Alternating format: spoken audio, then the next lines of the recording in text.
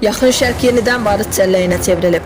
İsrail və İran arasında gedən kölgəli qarşıdurma bu günlərdə artıq açıq hərbi münaqişəyə çevrilmək üzrədir.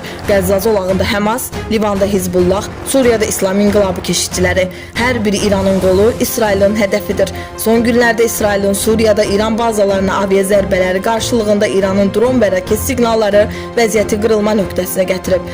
ABŞ-nin bölgəyə təyyarə daşıyanlar göndərməsi və Rusiyanın İranla yaxınlaşması isə qlobal oyunçuların artıq səhnəyə girdiyini göstərir. Bu təkcə İran və İsrailin savaşı deyil.